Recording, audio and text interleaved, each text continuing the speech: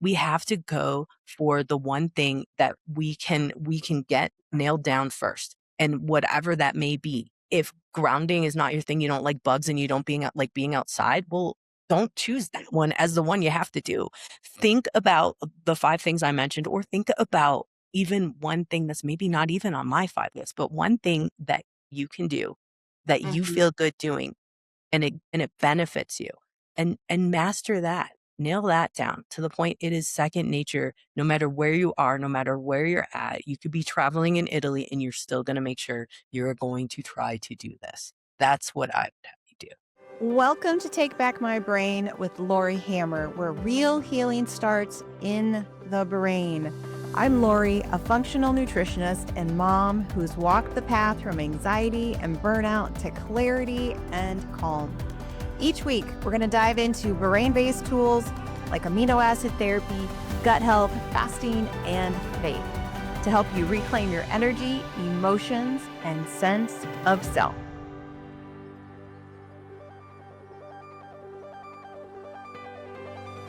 Oh, welcome back. We're going to have a fun conversation today. I have with me Dr. Jannine Krause, and she is a naturopathic doctor, an acupuncturist, host of the Health Fix podcast. So make sure you go find that. It'll be in the show notes too, but it's a phenomenal podcast. She's on a mission to help men and women over 40 boost their energy, fire up their metabolisms, reduce pain, and guess what? She loves life and adventure. And so we're going to have an amazing adventure-filled conversation today about health and travel and wellness. So Dr. Jannine, welcome to the podcast. Thanks for having me on, Laurie. I appreciate it. Oh, I'm so excited to have this interview today. And we were just talking about time zones before we got on here because, oh my goodness, this woman here is crazy. She's in 3 different time zones all the time. And I would love just to kind of dive into how does that disrupt our nervous system, our circadian rhythm? Like what does that look like for you? Oh my gosh. It can be wild. And so, I practice out of Washington State, and so I live on Pacific Coast time most of the time.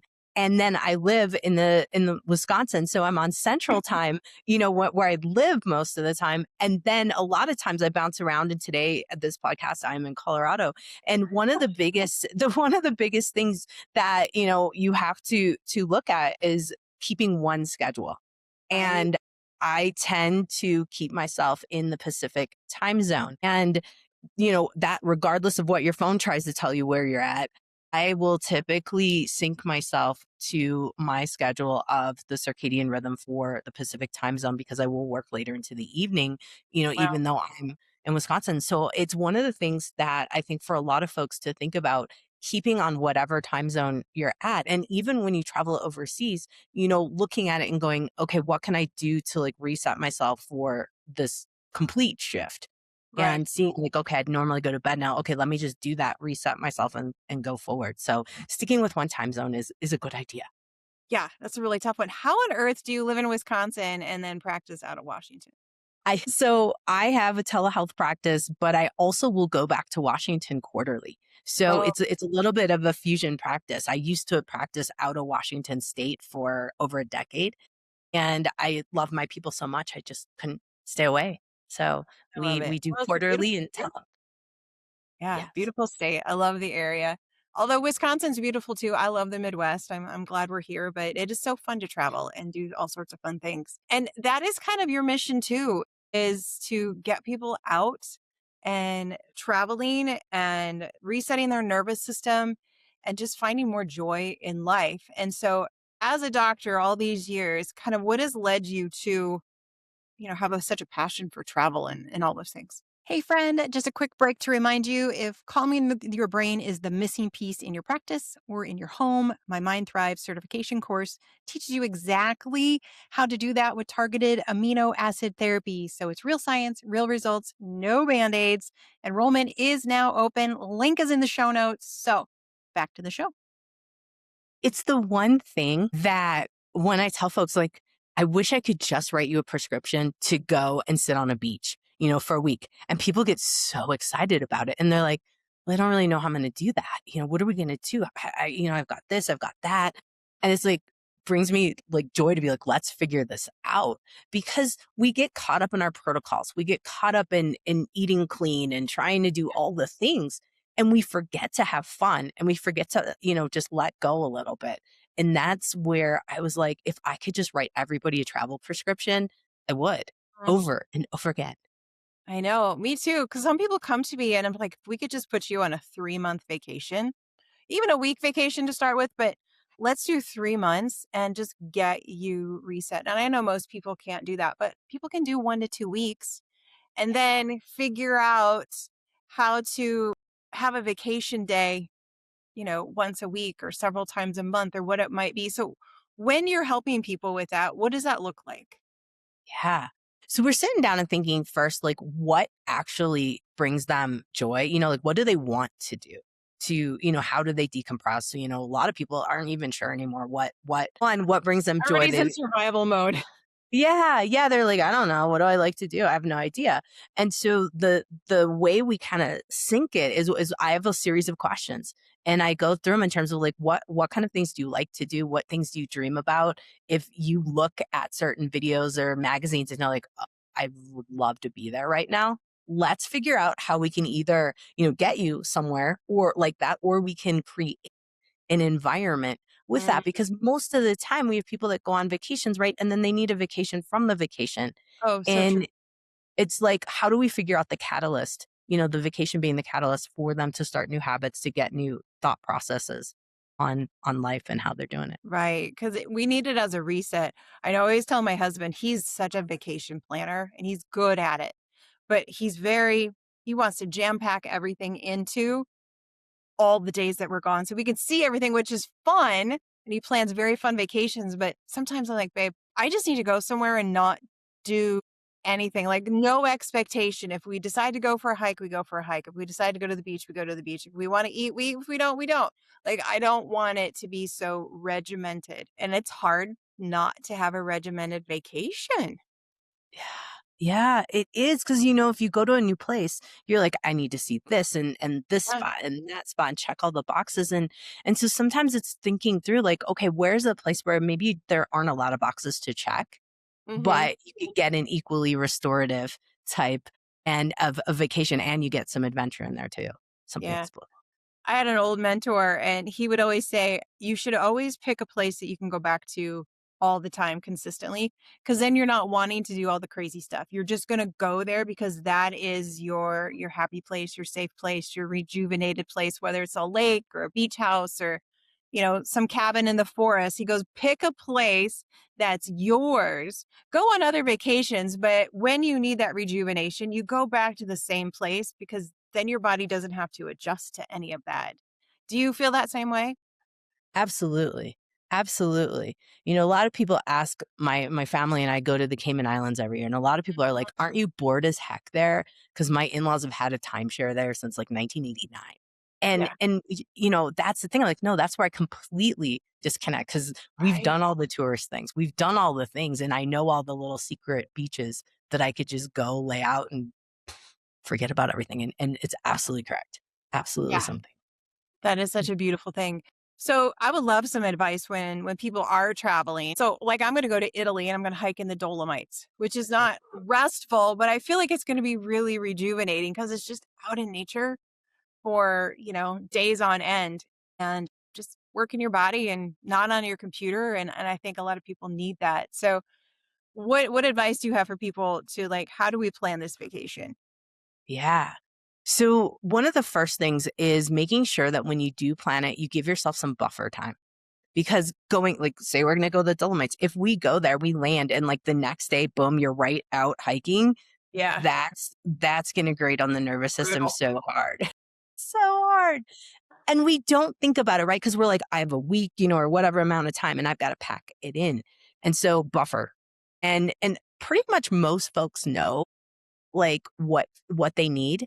And sometimes I'll test it with heart rate variability screening. Mm. Like, I will use that for folks, and I'll be like, okay, you're gonna go, you guys are going on a basic trip that you're gonna drive. And let's see how long it takes your HRV to be affected, from this Oh, driving and how it improves in that time frame. So we do some test runs. But typically what I'm going to say is maybe you might need a day buffer, maybe you might need 2-day buffer. And then you get in to the hiking, then you get into everything. And then on the back end, you also need to look at like, okay, how can I get that buffer? Now, this right. might shorten your time in a particular area, but yet it's going to help you ease back in so that you can reap the benefits and keep them going. Because research is showing if you're gone for a week, you can have benefits for up to 3 to 6 weeks afterwards, even into like Mm, a couple months, depending on the amount of, it could go up if you're gone more than a week. So right. buffer time is like always, Yeah. always there. And downtime after you come home too. So you're not like jumping back into, recording 27 podcasts the next day after Y- you come home. y- y- I've probably been known to do some stuff like Yeah, that. me too. Me too. Yeah. Could you explain to the listeners what HRV is? Yeah. So heart rate variability, this is looking at the beats in between. So your heart rate beats and then seeing the time in between those Mm, beats. And if it varies quite a bit, that means your nervous system is more regulated. If it's tighter and so less time between each beat and it's not variable, that means we're stressed. The nervous system is mm, feeling that stress. And so I like to have folks doing that as some kind of way to give a gauge because our brains will tell us one thing and things internally are happening in a completely different direction. completely. Is there a particular device that you recommend?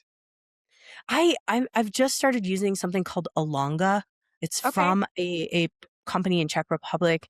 It is the reason I like it is it's not something I wear all the time Oh, because I've noticed like with where health tech wearables, like sometimes it's just you can feel like achy. I had to take my yeah. Whoop off because my Yeah. wrist was aching quite a bit. And so this one you put on in the morning for a little less than 3 minutes, it takes your measurement and you're done for the day. Like you pull it right Really? back off. And now we don't have something that we have on over and over. Wow, that's interesting. Yeah. I know everybody says the Bluetooth is fine, but I don't know. I've not felt it really. Like I just don't feel good if I have a wearable on. Yeah. And I've Yeah. seen it because I do some biofeedback and stuff with people, and their biofeedback will change, if they take their wearable off. And I see, other things shift as well. So I'm not sold on the fact that we should be wearing, Bluetooth devices on ourselves. I agree with you. At first I was super into I'm like, oh, this is so cool. And I of course Data, had my data, data. Hmm. I went like head over heels into it. I like had the Aura ring and then I got the Whoop and then you name it. I was playing with things, but and Garmin's and yeah, I started to just like get weird aches and like my Yeah. finger would ache. And so now, as soon as I took it off, I don't have it. But another thing I've seen too, and this is something that relates to travel, but something that may be relevant to some folks to think about is our cars all have Wi-Fi now and Mm. the phone's connected to the car. When I take travel trips in my car, I will have the worst HRV results. So No, I'm I believe that. depleted Hmm. after I've been in the car for long periods of time. So it is another thing for folks to think about on the front end and back end of travel. Yeah. It's like get out of the car. Get out of the car. Yeah. Get out of the car. Yeah. And we don't have a car yet that has Wi-Fi, and I've intentionally done that. And we need a new vehicle, and I have it'll connect, but it doesn't have Wi-Fi. So I'm still looking at like 2016, 2017 vehicles, like a Toyota Highlander or something, because I just don't want Wi-Fi in my vehicle for as long as I can possibly prevent that. I wholeheartedly agree. And I have data from when I had these devices. I Yeah. my baby is my 2007 FJ Cruiser. It is my baby. I will I never love get rid of it because it has a key and Yeah. and it's just getting older. And so it's like, of course you get to that point where you're like, what do I do when I buy cars? But yeah, I have the data looking at the two of them from the HRV and I never had travel in, multiple hours in the car affect me like it does now with my stinking Wi-Fi fancy vehicle. It's disturbing. It is Yeah. disturbing because travel's stressful enough, just riding in a car for 16, 18 hours, wherever your destination might be, or even just flying in a plane. But Yeah. that car, I know with the Wi-Fi on, it just doesn't feel good. I got in a Tesla, my friend's Tesla, and I was in there for about 5 minutes and my daughter was in the back seat and I turned around and we connected eyes and she nodded her head at me Yeah. because she was feeling it too. Yeah. Yeah. Yeah. I probably couldn't even last, like, much more than a couple of minutes in one. Yeah. I've actually never been in one, but I feel like I couldn't. I I feel like yeah, I would. I didn't like the feeling. Yeah. We went hiking in Joshua Tree and we camped there. I think we were out there 4 or 5 days. I don't remember which one. So there was no Wi-Fi, no signal, no nothing. It was phenomenal. And so we Yeah. got back into town and all I did was turn my phone on to check, text messages or whatever, and I could feel it. You don't realize the impact of what Wi-Fi has on your body until you don't have it and you're in the middle of nowhere and you can't use it. Could you speak to some of that? Like, what is Wi-Fi doing to our nervous system and our body in general? Yeah, so Wi-Fi, 5G, Bluetooth, all these different things, they all emit a vibration. And the best way I've been able to kind of describe this to folks is that that vibration, much like music and how music makes us feel, vibrates our cells. It vibrates all the cells of your nervous system. And it's in a way that's highly positive, like not positive, good positive, but positive charged. And our body needs something a little more neutral to almost more of a negative charge that we can discharge a little bit.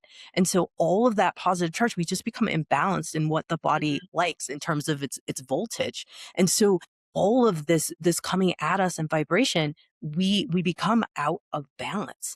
And Chinese wise, like they didn't even have this stuff 5,000 years ago, but they talk Right. about it in such a great way to explain it. But for lack of a better term, it's just we start to vibrate differently when we're around all of these things. So all of your cells kind of do. I do this a lot. I'll say I feel like I'm shaking from the inside, Huh. Yeah. and that is those coming in and your body being like, whoa, I'm overloaded here. And so this is why a lot of folks will talk about get outside, get your feet in the ground, Mhm. put your feet in the sand, put your feet in the dirt, all of that because we can discharge a lot of that excessive positive type of charge. And so really what it does to our body is it vibrates each and every one of our cells in a different manner than what they like. And then Mm. when it becomes to a point where it's overloaded, now we can start to have damage. And it's not in the form of you know, for some people it can be drastic, but you can feel heat. You can feel a burning sensation, like that vibration inside Yeah. out. You can also feel it in that area. And what that does long term, if we look at back at the Chinese medicine thing, is Chinese medicine says we could get qi and blood stagnation. So Mhm. qi is vibration. It is Right. the EMFs coming in, and then the blood flow slows down in that area because the body's like, oh, I don't know, I don't want to bring any blood there. And also because we vibrate differently, we don't circulate blood. And this could be the start of disease in a lot of different areas. And that's the scary part. It is. It is. Do you think our bodies can adapt over years to all these new frequencies? I certainly hope so. I hope that we're designed intelligently enough to do that. And I do believe that, when we look at resetting ourselves. So having the knowledge to be able and the wherewithal to be able to reset yourself and work on your own personal vibration, I think we can. And I think we could put up blocks to it too. It's just a matter of figuring out what works for you. Yeah. Well, that makes a lot of sense. I feel like you're like my soul sister because you concentrate on so many of the foundational pieces. Like we can go off into, biohacking and HRT and all those kind of things. But if none of Yeah. those really work unless we're talking about foundational pieces. And Hundred so what are your top 5 foundational pieces that you teach all of your patients? filtered water. Very good filtered water. Today I've got a little lemon in mine just for funsies, Mhm. but so many people are drinking poor quality water.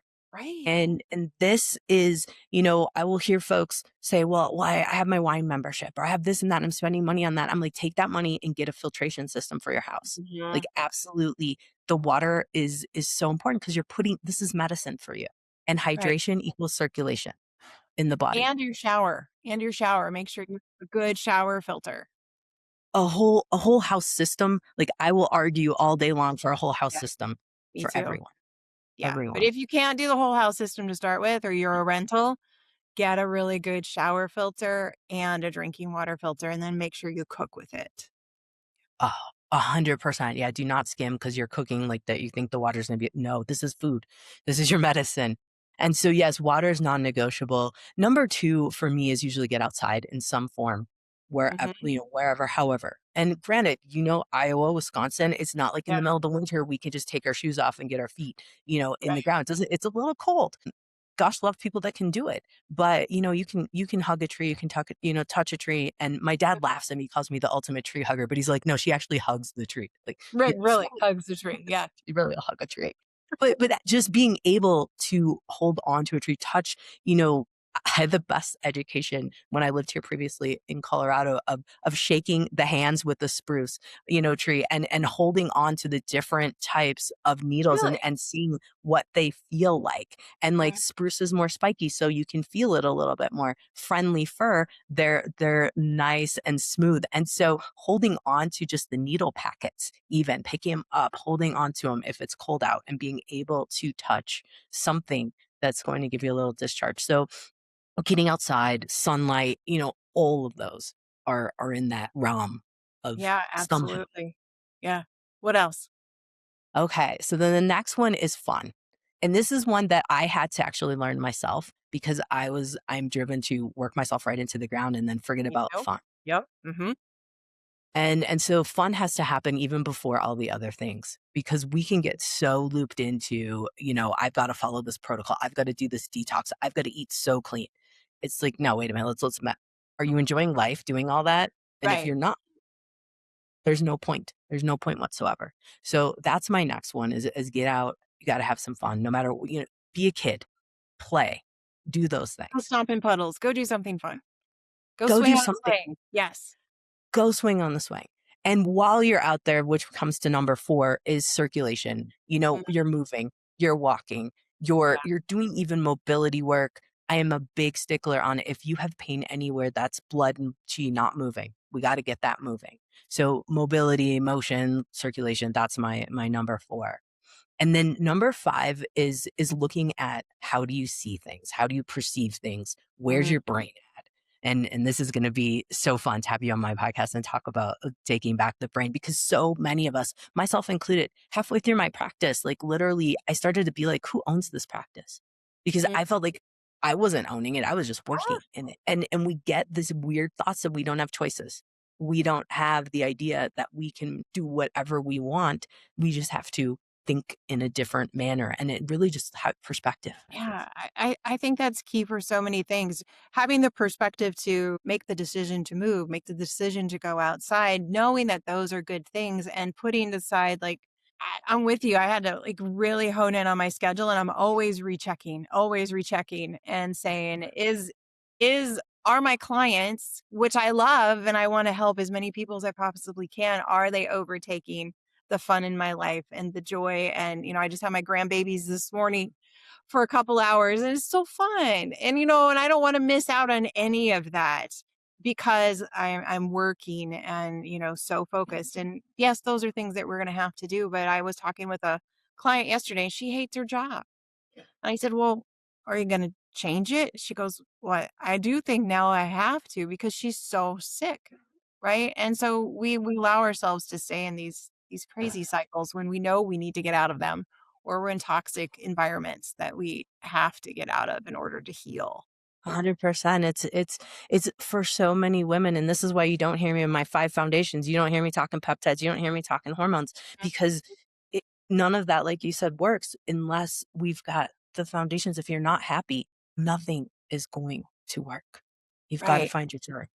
You do have to find your joy. I mean, God created us to live in joy. The joy is our strength, right? Talking about all of those foundations and, because all of those will help reduce inflammation and stress and sleep. And yet we get so caught up. We can get caught up in, oh, I've got to go outside and ground. If I don't ground, then, we can make that very good thing not very good for us and cause stress. Yep. So I would love for you to speak to because there's so much information out there. I'll fall in the trap to it. You fall in the trap. I know all the listeners are like, okay, I got to do the 5 things, that Dr. Jannine just was talking about. Okay. Yeah, those would be super helpful, but pick one Right. because you Right. can't follow every protocol. And if somebody says, oh gosh, don't go in the sun. And Dr. Jannine and Laurie said, go in the sun, which one do you pick? So how do you help your clients navigate all of those things? That's the best question ever because yeah, we could easily have a morning ritual of 35 things you have to do, and if you don't get them done, you're going to be stressed out. And the five things I just mentioned, what do you do? And the bottom line is like I said, everyone is different. We have to go for the one thing that we can get nailed down first, and whatever that may be.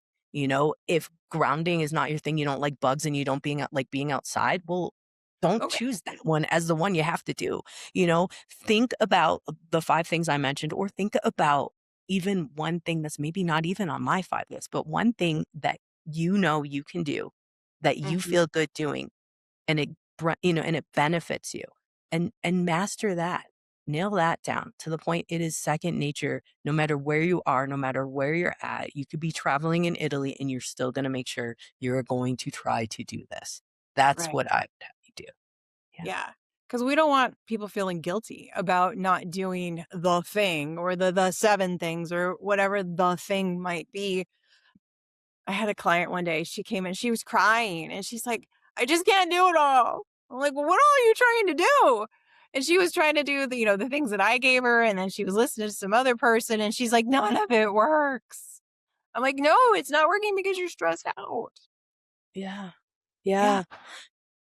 It's with so much information out right now and so much stuff that contradicts, and I just had this conversation with my friend yesterday here in Colorado, like how strict can you be on eating and still enjoy the food that you're eating, at this point. And at the end of the day, you have to tap back into you and be like, what feels right to me, what feels best to me, because you can try to do all of these protocols, and if it doesn't fit into your cycle of what, your life and your routine, it's lost on you.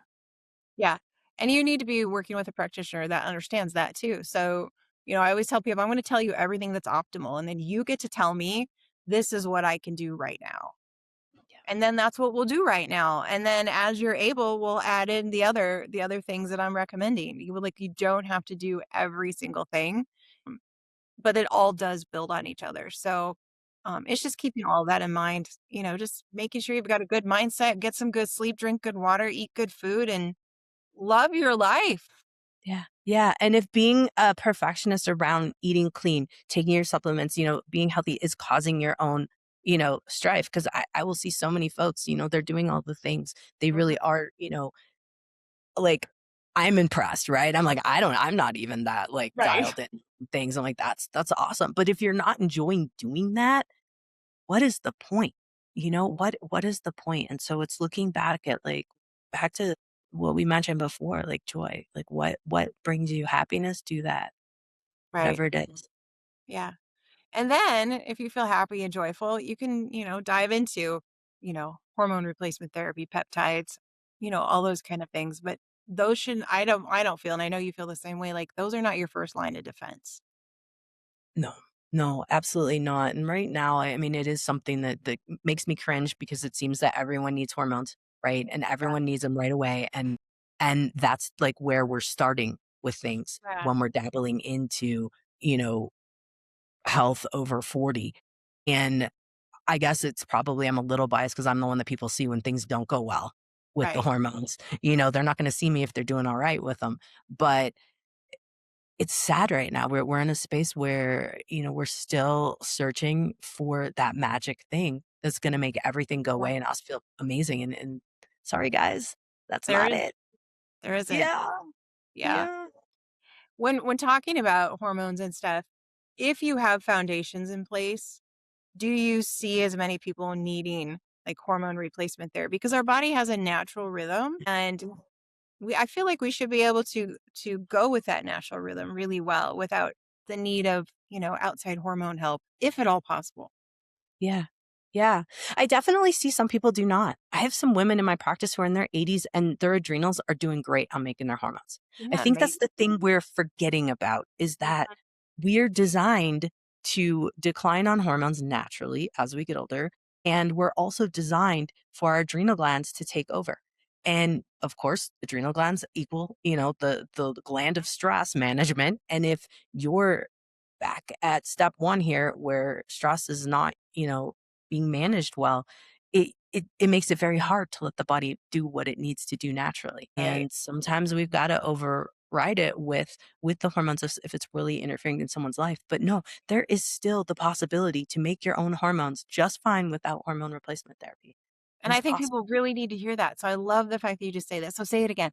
It is absolutely possible to make your own own hormones from your adrenal glands at any age over 40, 50, 60, 70. And I've seen it, in the 80s. It is absolutely possible to make your own hormones. You I can do love it. this. Yeah. And I don't think people understand the ability of the body. We think, oh, well, it's declining. I had a gentleman say to me one time, he goes, well, testosterone goes down as I age. I said, yeah, not to zero. So, you shouldn't have to have testosterone therapy. Let's figure out why. Let's change your diet, get your metabolism boosted, your glucose regulated, maybe do some muscle building to boost that testosterone back up. All those foundational things. So, Yeah. Yeah. Yeah, I mean, it's just unfortunately just how society has been. We've been taught, there's a magic pill for everything. And now it's kind of morphing into, you want to live amazing, you want to look amazing, then let's keep these hormones going. And being on both sides of the fence and working on folks, in both arenas, it's like, wait, there are people, like I mentioned, that can still make their hormones. What is the secret there? And, I've got men in my practice too that are in their 70s and 80s that are still making better hormones than someone in their 30s. Like, what is the problem here? What's the common denominator? I think we kind of know, you know, right. stress. Right. Yeah. So it's just getting people to understand the stressors, whether it's chemical, physical, or emotional, and how to navigate that and to really take good care of ourselves. We've Yeah. lost that. We have absolutely lost that, and it makes me cringe that we're not teaching this in grade school. Mm, Even into middle school, instead of all those lectures on how not to get pregnant and putting condoms on bananas and stuff. It's like I would much rather have had someone teach me yes. how to do the foundational, how to cook better. How to Mhm. look for how to get outside and play. Even though at a younger age we get it, but like why? And then Yeah. people are going to tell you as you get older, you need to be an adult. Well, I wish that someone would have, like, I don't know what it was, because I didn't have that permission, right? We felt like we needed permission to still be a kid, and I think Yeah. it would have been great for someone to just be like, you can do whatever you want, Do whatever you fun. want. Just go have fun. Yeah. I love my daughter. She'll be 20 this year, and she has a group of girls, and they still have game nights. They still go out and they play. They go to the park and they play tag still and kick the little kids off the jungle gym equipment and make parents mad. But nonetheless, I love they're it. having a good time. They make that a priority and they're having fun. And I didn't when I was, Yeah. their age. I was just like work, work, work, work, work, school, school, school, school, school. I was stressed, I was anxious, I had an eating disorder. Like my life was a wreck.